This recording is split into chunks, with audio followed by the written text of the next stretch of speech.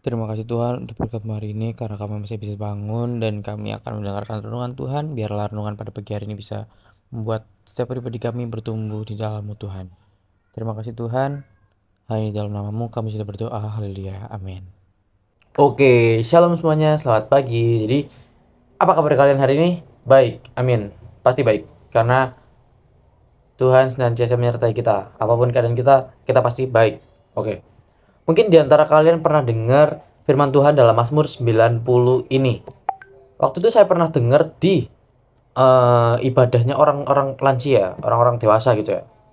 Orang-orang lansia dan juga orang-orang dewasa. Nah, tapi menurut saya firman ini tuh bukan ditargetin untuk mereka.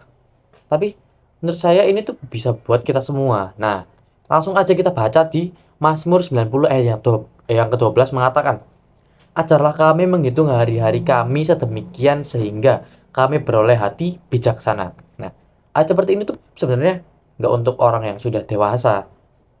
Melainkan menurut saya ayat yang seperti ini tuh bagus juga untuk anak-anak muda seperti kita. Nah, penulis kitab ini tuh Musa.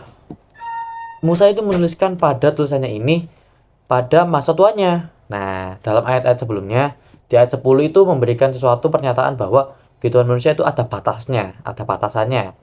Hidup kami 70 tahun, dan jika kami kuat 80 tahun. Oleh karena itu, di ayat 12, Musa ini menuliskan, "Ajarlah kami menghitung hari." Nah, hal ini memberikan suatu pelajaran buat kita semua. Sebagai anak-anak muda, hendaknya kita apa hayo? Hendaknya kita satu, oke, sadar ada batasan waktu. Sadar bahwa kehidupan ini tuh ada batasan waktunya. Nah, seringkali sebagai anak-anak muda, kita tuh lupa bahwa kita tuh punya batasan waktu ini. Seringkali kita sebagai anak-anak muda berpikir kalau, ah ntar deh, bisa nih, masih ada hari esok, masih ada besok, masih ada nanti, masih ada entaran leh, capek nih. Nah, kita kebanyakan menunda-nunda. Nah, untuk hal itulah Musa melalui hikmat Tuhan dalam kitab Mazmur ini memberikan peringatan kepada kita anak-anak muda bahwa kita itu harus sadar, aware. Kehidupan ini tuh singkat. Ada batasan waktu yang terjadi di dalam hidup kita. Enggak selamanya kita di dunia ini. Nah, kesempatan tidak datang dua kali. Tapi kesempatan dua kali datang kepada orang yang mencari kesempatan. Oke. Semua orang itu memiliki waktu yang sama, yaitu 24 jam. Eh, 24 jam eh 24 jam sehari atau 168 jam dalam satu minggu. Tapi tidak semua orang mempunyai batasan waktu yang sama dalam kehidupan. Bisa aja mungkin si A udah kelar hidupnya tahun 2025, si B kelarnya lebih lama. Nah, justru karena ini, jangan pernah menunda-nunda waktu untuk mengerjakan segala sesuatu, teman-teman.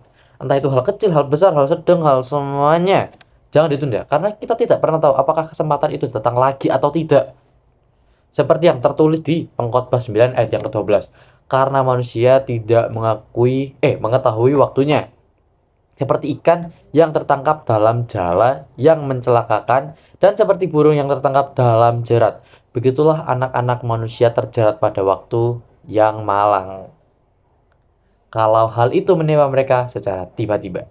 Tuh, waktu itu sangat amat berharga dalam hidup kita. Tapi yang sangat amat berharga, yang amat sangat amat amat amat amat sangat berharga itu Tuhan.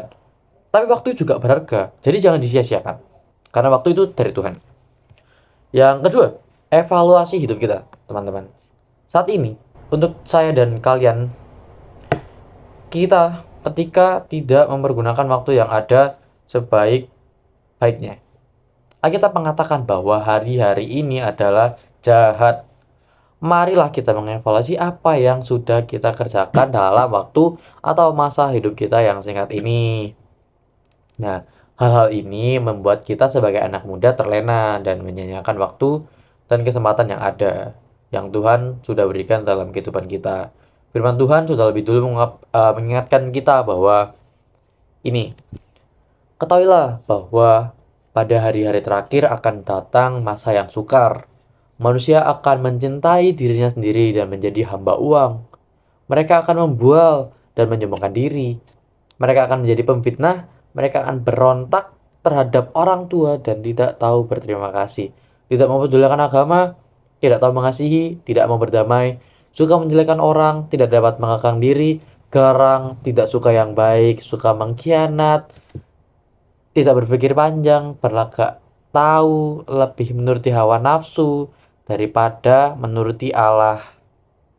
Ini ada di 2 Timotius 3 ayat yang 1 sampai ke 4. Untuk itulah, pentingnya kita mengevaluasi hidup kita ini karena kita sudah membaca ayat firman Tuhan ini, kita itu jadi tahu kalau kita jangan membuang waktu yang